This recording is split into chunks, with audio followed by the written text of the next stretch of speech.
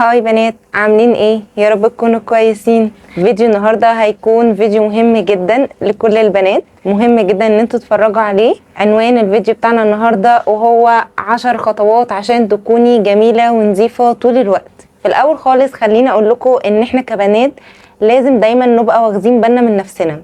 البنات معروفه دايما ان هي نظيفه وان هي جميله ومرتبه وريحتنا دايما حلوه، شكلنا دايما حلو، العين كده تحب تبصلنا. فانا لازم طبعا اكون واخده بالي من نفسي، واخده بالي من ريحتنا، يعني شامين نفسنا اول باول. ما استناش حد مثلا يجي من بره يقول لي ما تخشي تاخدي شاور، ما تسرحي شعرك، انت ليه شعرك منكوش كده؟ طب ما انت مش شايفه ضوافرك، ما تنضفي ضوافرك او تقصي ضوافرك. لا، انا ما استناش اصلا حد يجي يقول لي كده. انا فين؟ يعني انا المفروض عين نفسي، اخد بالي من نفسي قبل ما حد يقول لي اعملي كذا. فاحنا ما نستناش حد يجي يعلق علينا في حاجه ولا يحط عليا كومنت سلبي، سواء بقى من اهلي، سواء من صاحبتي، سواء من جارتي مثلا. لا، انا ما استناش حد اصلا يقول لي اعملي كذا. انا من نفسي ابقى واخده بالي من كل حاجه. فانت اول حاجه تعمليها اول ما تصحي من النوم، تقومي تغسلي وشك بالغسول بتاعك. مش لازم نجيب حاجات غاليه خالص، لا، انت ممكن تروحي الصيدليه ولا تروحي المكان مثلا انت هتجيبي منه الغسول وتشتري مثلا اقل غسول. يعني هاتي على قد مقدرتك، هاتي على قد ما انت هتقدري تجيبي. فمش لازم خالص ان احنا نجيب حاجات غاليه عشان نبقى شكلنا حلو، عشان نبقى مهتمين بنفسنا وريحتنا حلوه. ملهاش علاقه خالص الحاجات الغاليه. وبعد ما تخرجي ابداي سرحي شعرك، يعني حاولي رتبيه بس ولميه باي حاجه عشان ما يجبركيش ان انت طول الوقت تبقي عايزه تسرحيه، تبقي عايزه تلميه. لا، انت اصحي، اغسلي وشك، اغسلي المنطقه اللي فيها العرق، حطي مزيل للعرق بتاعك، وده مهم جدا خصوصا في الجو الحر اللي احنا فيه ده. وابداي حطي مثلا لو هتحطي روج تحطي زبده كاكاو، بحيث ان انت تخلي شكلك حلو، تخلي شكلك يعني تحبي تبصي في المرايه. وبعدين بقى ابداي شوفي انت عايزه تعملي ايه. لو هتبداي بقى تغسلي المواعين، هتبداي تروقي الشقه، بس هتبقي حاسه ان انت طول الوقت خفيفه ونظيفه وريحتك حلوه وعندك نشاط كده ان انت تقومي تعملي حاجات كتير. واحنا نازلين مثلا رايحين مشوار او جايين من مشوار، مهم جدا خطوه ان احنا ندخل ناخد شاور. هتقولي لي مثلا ما انا قاعده في البيت ليه اخد شاور، ما انا نظيفه. لا، مهم جدا قبل ما تنزلي وتقابلي الناس في الشارع تاخدي شاور وتحسي ان انت واثقه من نفسك ان انت مفيش اي ريحه عرق. بعد ما تاخدي الشاور بتاعك مهم جدا برضو نحط مزيل العرق بتاعنا. مش لازم نجيب مزيل عرق غالي، لا، هاتي اي مزيل عرق على قد ايدك. في مزيلات بتبتدي من 20 جنيه، يعني كل حاجه متوفره على قد الايد. بس احنا بس ناخد الخطوه. مثلا خلصت الاكل بتاعي في المطبخ وخلاص، خلصت كده دوري في المطبخ، او غسلت المواعين وخلاص خلصت، ادخل اخد شاور عشان ما يبقاش ريحه هدومي مثلا كلها بصل وقوطه بقى وتوم والكلام ده كله. ده عشانك انت مش عشان حد. يعني تبقي قاعده كده قدام التلفزيون ريحتك نظيفه، لما تبصي في المرايه وتشمي ريحه حلوه كده من نفسك، ده هيخلي عندك نشاط، هيخلي عندك طاقه ان انت عايزه تقومي تعملي حاجات تاني.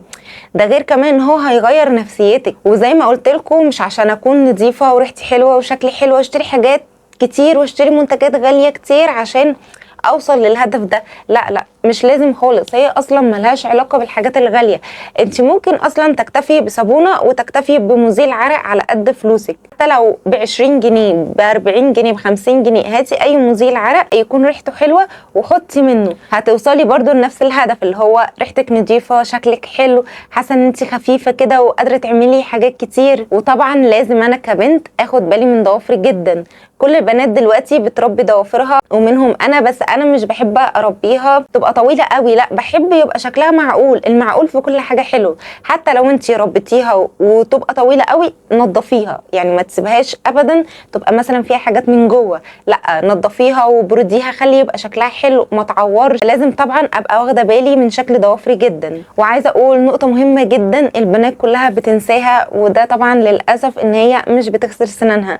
في بنات مش عندها معجون وفرشه، يعني حاجات اساسيه مش عندها. فلا يا بنات، لازم طبعا نهتم بشكل اسناننا جدا، لان دي يعتبر اهم جزء اصلا في الوش. لازم نغسلها مرتين على الاقل في اليوم، اول لما نصحى وقبل ما ننام. ليه؟ اول حاجه خالص ان هي لو احنا ما غسلناهاش واهملنا في غسلها السنان بتصفر. ده غير ان هي طبعا بتعمل ريحه وحشه جدا، لان احنا طبعا بناكل مش بنغسلها وبننام، فطبعا بيبقى فيه بكتيريا تعمل ريحه وحشه. طب انا ليه يبقى ريحه بقي وحشه وقاعده بتكلم مثلا مع حد ويقول في سره بقى ايه الريحه دي. طب انا ليه يعني اوصل اصلا للمرحله دي؟ ليه اخلي حد اصلا يقول عليا كده؟ ما هي بنت زي ما انا بنت بالظبط، هي ليه تبقى اسنانها نظيفه مثلا وريحه بقها حلوه وانا ليه؟ ده غسيل السنان بالفرشه والمعجون مش بتاخد 3 دقايق. فمهم جدا ان احنا نتعود نغسل سناننا مرتين في اليوم، اول ما اصحى وقبل ما انام.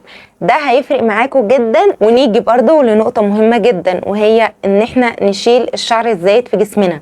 طبعا احنا لازم نشيل الشعر الزايد في جسمنا، سواء بقى في ايدينا سواء في رجلينا. ومهم جدا برضو ان احنا نشيله في الاماكن الحساسه. يعني لازم يا بنات ان احنا ما نخليش اي شعر زايد في جسمنا، سواء في اندر ارم او سواء في بكيني. لازم نشيلهم باستمرار، لان طبعا الشعر في المناطق دي مع الحركه والنزول في الجو ده هيعمل ريحه بشعه.